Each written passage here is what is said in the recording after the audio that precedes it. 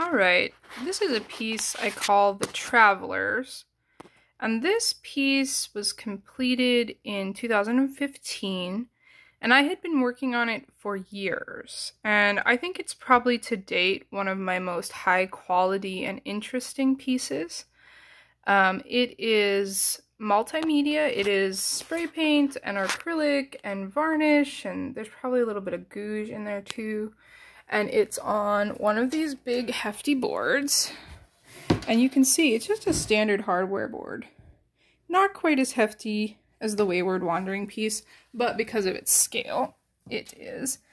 And the glare in the photo never really does it justice, because I did this wonderful effect with these multiple types of spray paint in this background.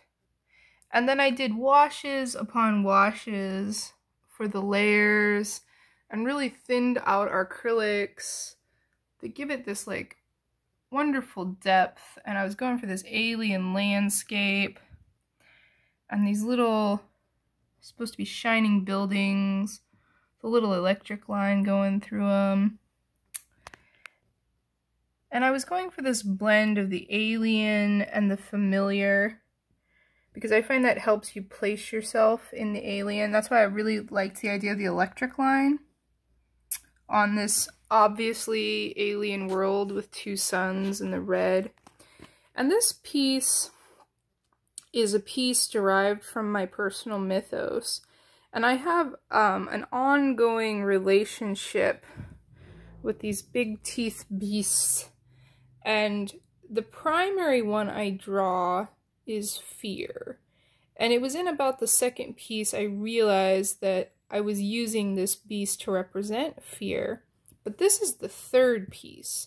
And by this piece, by the time I got the desire to do this piece, I had a new relationship with fear. And I think part of that relationship was being represented by me moving to these different places. And I moved multiple states, and I lived in another country, and I lived in multiple houses, and I lived with lots of roommates, and I was very alone, and that was something that like really scared me.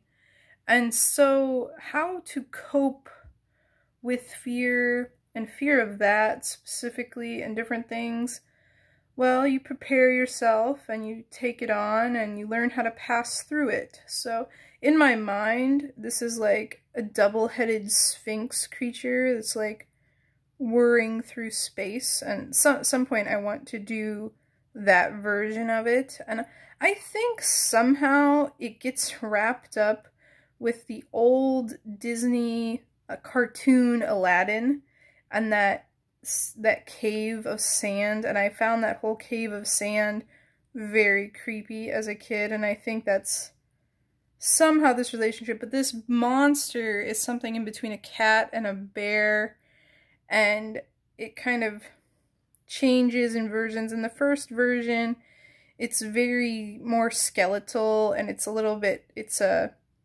couple of versions it doesn't have skin, and it's a bare naked fear, which I don't know why it couldn't have been naked and not been skinless, but in some of them it's skinless, and in some of them it has skin.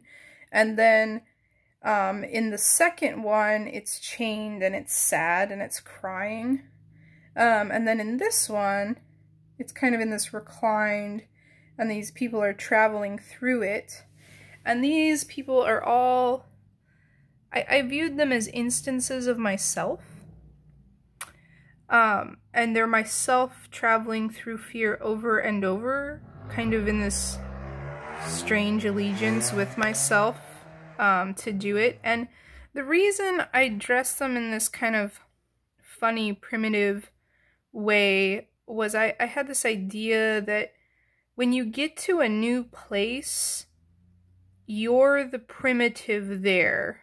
It's kind of unavoidable. And then I did bare feet because I was doing this connection with the ground, and I did spears because it's this attempt at being prepared, and I did the headdresses because it's this idea of trying to make yourself bigger than you are, and that's my mindset behind it. So yeah, this is the Travelers. And I haven't redone these buildings. I would like to do a light model that was like a clay version of these buildings and then spray it with a shiny spray paint and then actually photo it so I could do them better. I feel like they're okay. I wish they had more of a 3D presence and less of like a comic book presence. But I suppose if you liked the comic book presence, that would be an asset. I feel like they look odd with my hills. I'm really happy with my hills. I'm sure in some way those hills are just the Badlands reimagined because I can't escape the imagery from the Dakotas. It always sneaks up on me. But I wish you could see the really fine misting of stars. There's some really, really light blue stars in this red that I quite enjoy. And this is not actually black. This is actually like kind of a deepish purple. And there are stars up in that actually look really good. The glare is so compromising anytime I video this. So in person, of course, it's better. Somebody can buy it from me if you want. It would definitely be interesting for years to come. And of course, you could have the full story. I would write it up for someone if they wanted it. All right, that has been The Travelers. I hope you enjoyed.